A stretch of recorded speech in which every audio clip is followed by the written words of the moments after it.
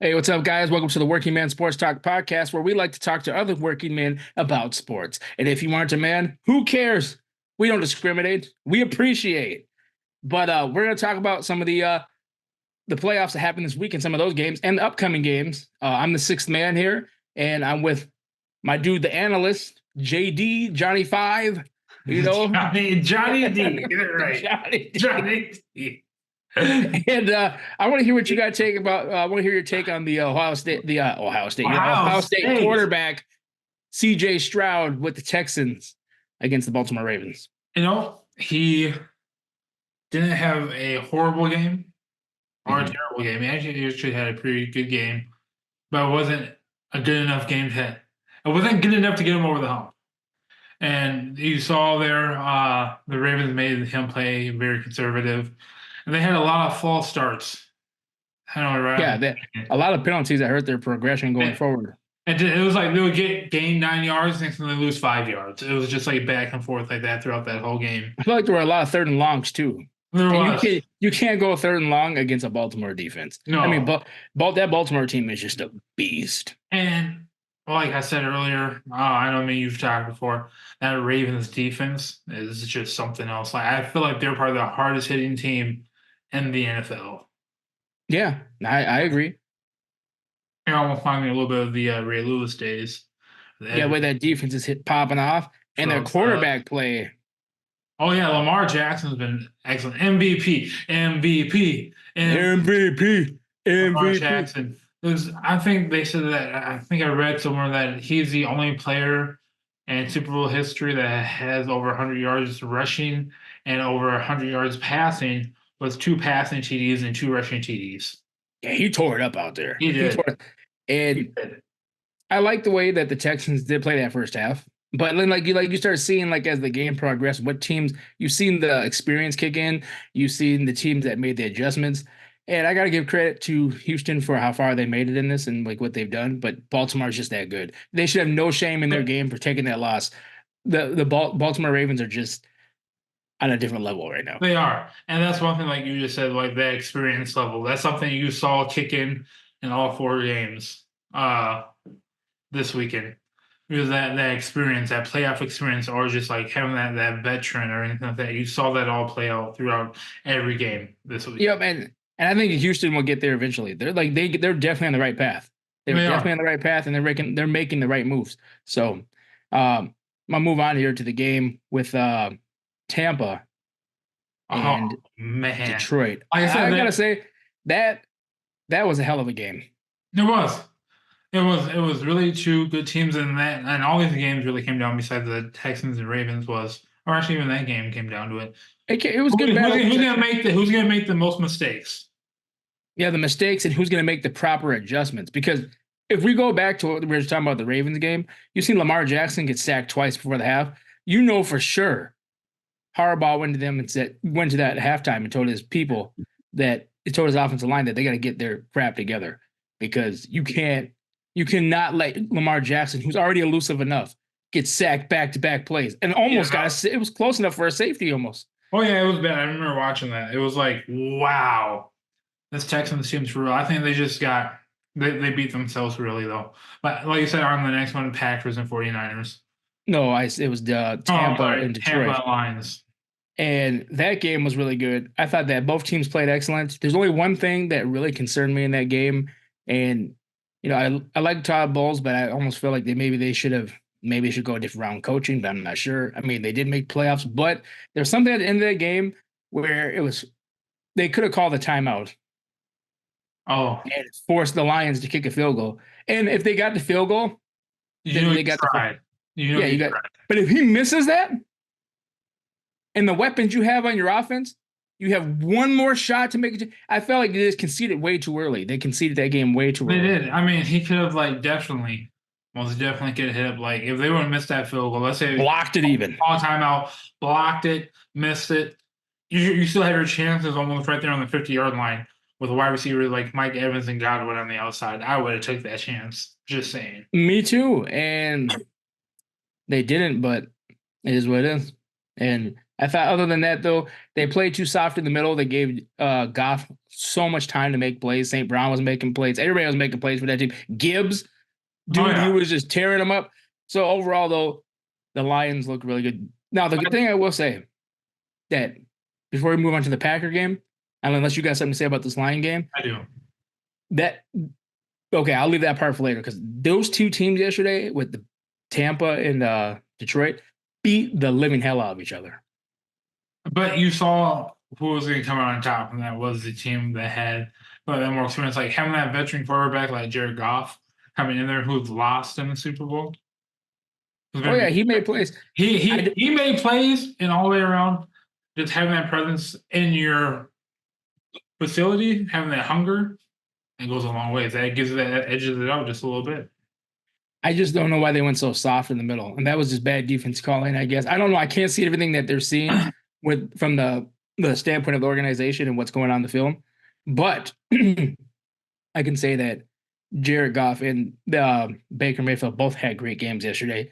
It just came down to whoever was going to have that ball last would have to make a play, and what happened was it came up short. I mean, the pressure was there. He tricked off a little bit, and bam. Now I know you're a Buccaneers fan, so you're trying to be light on him. Let's just be real. Baker had 2 interceptions. 2. That's what killed it right there. Baker Mayfield still had a. But he threw 3 touchdowns, but 2 interceptions. That's 2 more interceptions than Jared Goff. That's why they lost, bro. Baker's just not that guy. You can say that. He's proven it. Baker is it over and over and over. Baker is that guy. Baker's not that guy. But you come up short sometimes you don't. And I mean, he comes up short all the time. So if Jared Goff loses to the 49ers, you're gonna be like, I guess he's just not that guy. No, you want to know exactly. You're not gonna know why though? He brought a team that was nothing, was a laughing stock of the NFL, the Detroit Lions, to the NFC divisional champs. But according to your logic, though, he's just not that guy. He's just not that guy to go. But if he loses, how many teams has Baker been on? He's been on a lot of teams, but he's getting his stuff. But guess what? You know what? He was in Cleveland and was in the AFC Championship against the Chiefs. So guess what? So this team did him wrong. And where did that lead him? How many people? How many people have come up short against Kansas City? A lot. Jared Allen's 0-3 in the playoffs. I mean, Jared. Hey. He didn't play against Kansas City Chiefs this time around, did he? No, he did. He played against the Lions. He still came up short. But there it is. Josh Allen. I said Jared Allen. Josh Allen came up short. He's 0-3. So the Chiefs are just a really good team. And even Lamar Jackson could come up. But I think that Baker Mayfield is that guy. I think they should extend his contract and see what could happen. I guess you could say the same thing, I guess, for Jared Goff last year. His first year in Detroit, was it? I guess he's just not that guy. No. There's a lot of these guys. I mean, if you're going by that logic, is Jordan Love not that guy? Is he not that guy for? This is his first time actually getting a start. This is his first. This is Baker Mayfield has started for like what? Not with the Bucs though. Not with the Bucs in this new organization. Not with the Bucs in this new organization. It doesn't matter. It does not matter. It does matter. It does not matter. So Tom Brady, his first year with the Bucs, he wins the Super Bowl. So Tom Brady is on a whole different caliber. No. He is. Okay, so is Baker Mayfield not that guy when he gets a call up the same week to go play for the Rams last year, throws a game-winning touchdown? Luck. Oh, I guess he's just not that guy. Yeah, exactly. Has he done anything since? Yeah, they just went to the playoffs and got out the first round, knocked out the Eagles, blew out the Eagles. And the matter of fact, he should have thrown more touchdowns, but his receivers were dropping the ball. And guess what? They dropped should have been a 21 to 28 point. They dropped the ball this time around, but Baker threw on 2 picks. That's it with him, and I think did the Lions score off both those turnovers? Because it was very much defensive back and forth. I don't think they did. So, but yeah, that's what I got to say, and then I'm going to move on here to the 49er Packer game. What do you got to say about that one? 49ers Packer game. That was probably my favorite game to watch. That was besides the Bills and Chiefs ones. But that was probably like my favorite game to watch right there. You definitely saw the Packers, a very young team. They're probably going to be very dominant in the future. Not going to lie. That was pretty scary watching them taking a team on like the 49ers and stick head-to-head. They should have won that game. they shot themselves in the foot by missing that field goal kick and not kicking a field goal when they went for on fourth down. Those two things, I think that's what really shot him in the foot. Then Jordan Love looking like Brett Favre out there throwing that interception. That was just, Yeah, that was rough. That was rough. And he had more downs and he had time. So he did. I bet he just tricked off and threw that ball. I said And they're a young team. They're gonna get it back together and be probably right there or still in the playoffs next year. Just saying. I think so. I mean, they got a lot to build off of and a lot to look forward to, unless something majorly changes in that organization. But other than that, though, I think that they're pretty good. They put up a valiant effort. They should have took the points instead of going for it in the beginning. I would have took the points, and then that field goal at the end. If he hits that, we don't even know if he would have even hit that field goal going for the points there. But if he hits that field goal, it changes the whole outlook of the game and how the strategy's played for the rest of the day. Oh yeah, it is. But no one's playing conservative, trying to clock time. Everyone's trying to get down there and try to score. But overall, it was a hard-fought battle, and it was a really, really good game. All of them were really good, except just that Houston-Baltimore game, except for the first half. But all the other games were just like that. And again, Jordan Love, like you said, was really reminiscent to two Viking games: the field goal miss, the Gary Anderson, and then the cross the shoulder Brett Favre, which Green Bay, we know your pain. Welcome to our pain now. Welcome to our suffering here with the Minnesota Vikings. And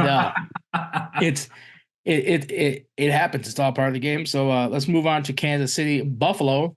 Ooh, that game was another game of the ages. I think eventually they need to come out with a 4K DVD set, a 4K DVD set of those playoff matchups and put them all on a disc set. I would buy that. I would buy that. You know what? Make a collection. It would be the Patrick Mahomes and Josh Allen collection of games. Then you do a Tom Brady and Peyton Manning collection of games. That's exactly what we're looking at here, and it's pretty sweet to see them match up like that. You always know when they match up, it's going to be a classic. It's never going to be anything. It's not going to be a blowout. It's not going to be a dull moment. Never. But I think what's really cool about the whole thing is that there's this rivalry going on between Josh Allen, not Jared Allen, but Josh Allen and Patrick Mahomes of who is the better team. And then when you look at it yesterday, you got to go back to even coaching. The Bills they lucked out that Damar Hamlin so-called fake punt sneak didn't backfire on them, and that McCall Hardman fumbled that ball to the back of the end zone. That's true. Because if they would have scored that game was done. And that's bad play call. They could have punted that ball and played defense. They could have. They easily could have, but they didn't. On the 30-yard line. That was insane. That was insane. But, I feel like the Bills got too conservative way too fast. So they did. But then they start going big plays nonstop. Yeah, it's like they couldn't break it up. I can't figure out, hey, we're going to go for, a run or play action, run, first down. Then on that second first down, you go for a big play. Don't get it, go back to a play action or run. It's like, it was like big play, big play, big play. It was like, you don't got to do that. And that was a huge play that Diggs dropped. That would have changed the game right there. He dropped two of them. It was right there. So, and then Josh Allen missed that read of him coming up below when he was running. He missed that read. And that really, I think that was a touchdown. Diggs catches that. I think he's off to the races. I don't think anybody's catching him. And the whole thing of saying that I heard the rumor, Josh Allen is an elite or he isn't great. I don't know if you could say that because he's still a game changer. But you can say the same thing about Peyton Manning, right? Yeah. If that's the case, you can say the same thing about Peyton Manning because he kept on losing to Tom Brady. They're still great. There's just some games you get into and somebody just has your number. They just have your number. They just have your number, and you got to get over the hump. And I can't take anything away from those guys. Even that field goal at the end, you can't even put that on the field goal kicker because, dude, did you see the wind out there on that thing? No. Yeah, it was bad. It was just blowing. You saw the flag off the post, and I was like, When I was watching that, I said, that wind's really kicking. He might shank this thing. Boom. Now, after that game, they're throwing snowballs at the Chiefs. Yeah, I saw that. Dude, Chuck Foreman for the Minnesota Vikings lost his eye. Lost the eyesight in his eye because of that snowball thing. That's dangerous. They always talk about Bills Mafia, and it all takes a couple of people to mess it up, but glad nobody was hurt after that. Same. That is wild. That is wild. I can't imagine doing that. So I guess those fans are like, look, man, we came here, we shoveled all this shit, and you guys lost this game off a field goal kick. And they started tossing the ball out. They were tossing the snowballs. Then supposedly I heard that the facility turned off their hot water to their showers. That maybe not. It could be the workers. Who knows? But that's just, I don't know. The rivalry is real. The rivalry is real, and that's awesome. The games that are coming up here, we got to get this closed out soon. We have the Lions and the 49ers and the Chiefs and Baltimore Ravens. I'm